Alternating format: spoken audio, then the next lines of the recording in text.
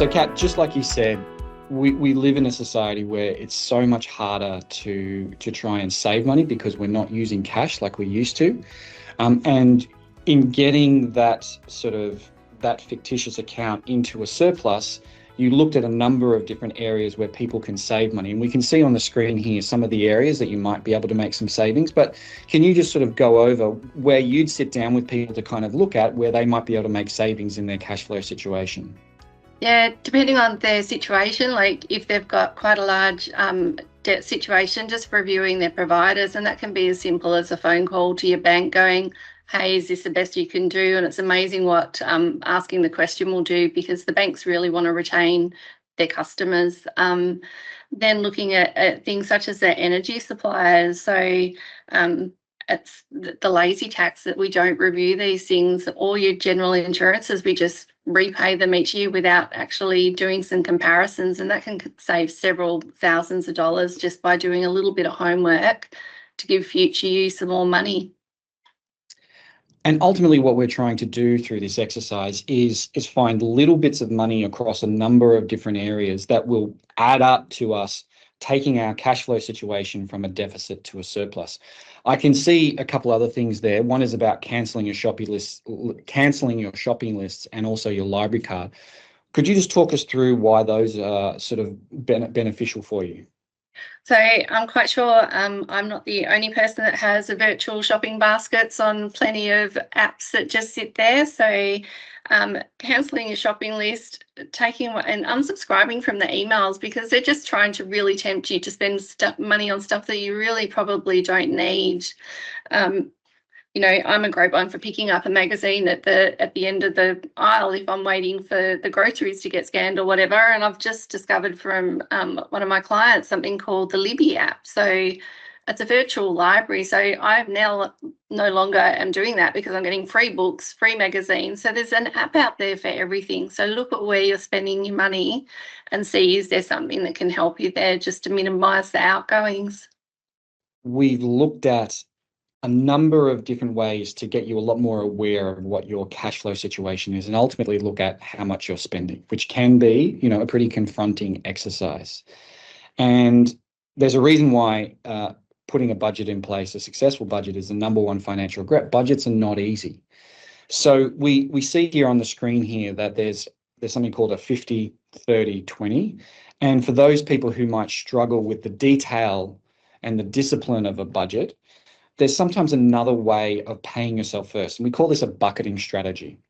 And it's where you designate a portion of your take-home pay into sort of three key categories. And we've got it categorized as your needs, wants, and savings. We'll go into a little bit more detail on how this all sort of looks later on in the session.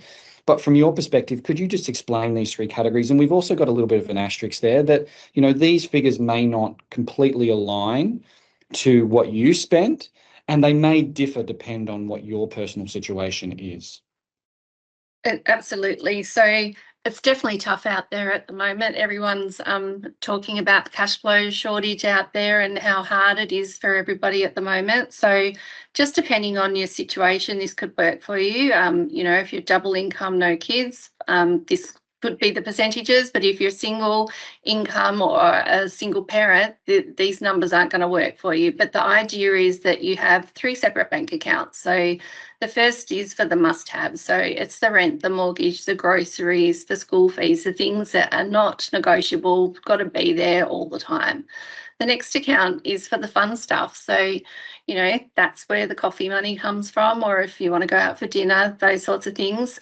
And then the longer term, so savings. So what does future you want goes into the savings bucket. So, and labeling the accounts so they're not just numbers is really important, because it's really easy to just log onto your banking app and steal from one account and put it into the other, thinking about current you, not thinking about future you. And I think you've also touched upon something that we just want to be conscious. We want to acknowledge that, many of the people that are listening here today might be under some financial pressure. They may feel like they don't have any extra money. And I suppose, Kat, we've spoken about this a couple of times. From your perspective, when have we been through challenging financial situations like this before, and how have people dealt with it in the past? So we're definitely not the first generation to be going through this sort of situation. So if I think back to our grandparents, they were raised as war babies. So for them, they couldn't just go to the supermarket and fill up a trolley. Their food was from coupons. So they grew up really frugal for them. There was no wastage. There was no food getting thrown in the bin. So that was a very different generation. And then if I go to my parents, it was quite a regular thing in that sort of time they had really high interest rates. They were paying 18, 19% interest rates. So nothing compared to what we've got at the moment. So tough decisions were being made, but to the point that you were doing your grocery shopping and then tallying it after you had your essential stuff there and then deciding if you could afford any of the other nice to have but not essential sort of groceries. So and they definitely did. That was a really normal thing for them to do. So we're lucky these days. We've got the ability to do online grocery shopping. So there's no bill shock at the end. There's no saying, I'm sorry, I don't have enough to do that, because you know what's in your basket before you get there. Yeah, and we learned from your money that your relationship with money is formed by the experiences that you have, and previous generations have been a lot more frugal because of the financial experiences that they've had, either the war or the Great Depression, and this is obviously generational. You've touched upon an important point here, that we can use technology to our advantage. And I think that's probably one of the big sort of insights that we want to bring to our audience here today.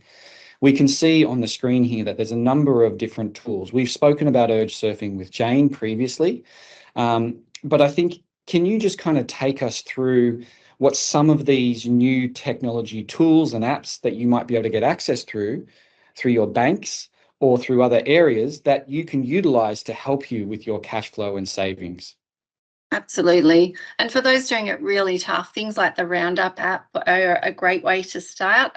So some banks have got the facility that every time you buy something and it's $4.50, that other 50 cents goes off to a separate savings account. So we're not talking about large amounts to start off with, and it's a really easy way to start building up that emergency fund, or whatever that wish list item for you actually is. I also really like pay splitting. So as soon as you get paid, that the money automatically goes off to those named accounts. So you know that it's there. It's not something else that you need to do, because we're in a busy world and adding more things that we need to do. Sometimes they get forgotten. So anything we can automate in relation to saving is a good thing for you. The other one that I think has come in handy for my family is a vault. So when my son was saving, he wanted to go to Europe after he finished school, and he knew that he was quite easily tempted with the online banking. So we set up a vault account. So he had to actually text or ring me and ask me to put in a code to release money if he wanted anything out of there. So it is a really good way of taking away temptation from yourself when you get that text from, your favourite shop going, we've got a sale on. Well, hang on a second, mum's not going to say yes to that. And leaving the funds there for future you to get the life that you want. And it really is about that delayed gratification, putting off your current sort of emotional kind of gratification for what you want to have in the future. I think for many of us, one of the hardest things, and we spoke about this before with an emergency fund, is that sometimes it's really hard to plan for the bills that you've got coming. There are some bills which are completely irregular. Can you just kind of talk us through how technology might be able to help you in that area? Yeah, there's bill smoothing out there. So in our house, we definitely call it the trifecta of bills come through all at once. And I know in winter, they're a whole lot higher than they are in summer. So the bill smoothing lets you just average that out over the year so you don't have any lumpy periods. And some of the banking apps are actually, as you said, if you're sharing your data with them, they'll actually say to you, hey, this is what you've got in your bank account, but I know these are your regular expenses. This is all you can actually afford to spend. And I think that's probably the big thing. And then that brings us to sort of the regular and irregular types of bills that we might get coming in. And I think that's really what gets you unstuck. The things that you can see that come out on a monthly basis, that's really easy to plan for and budget for. The regular stuff we know, so the trifecta of bills that comes through on a regular basis, we know what they are. But car servicing, that can pop up, car repairs or unexpected repairs can pop up at any time.